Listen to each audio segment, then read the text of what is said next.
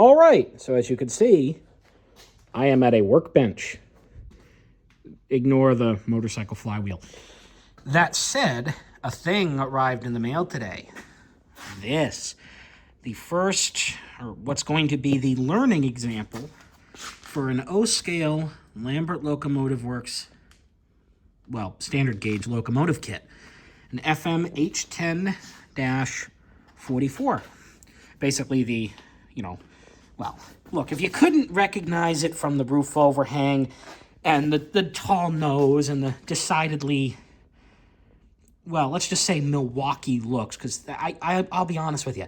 I think Milwaukee when I see these.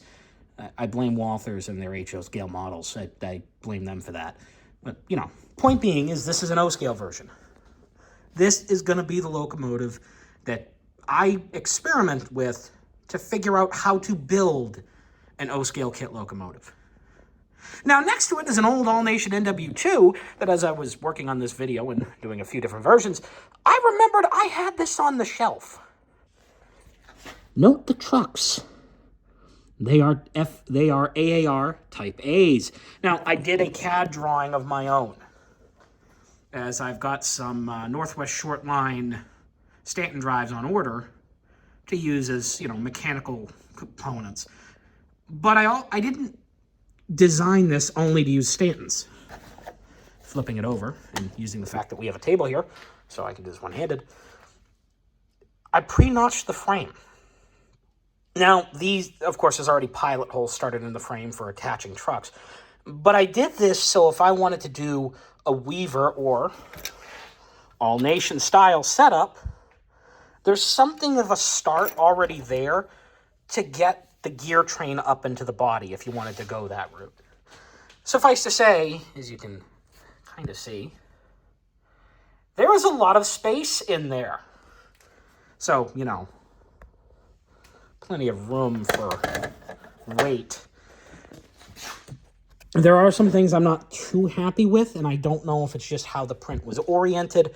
Most of it, I'll be honest with you, I'm only seeing a lot of this on the camera. Like, when I look at this with my own two eyes, some of these little things I don't see.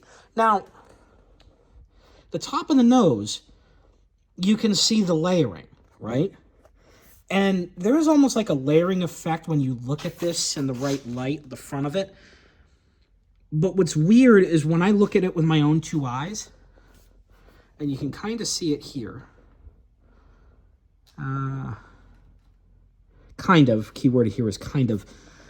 I don't know if it's an optical trick because it's what I did for the primer.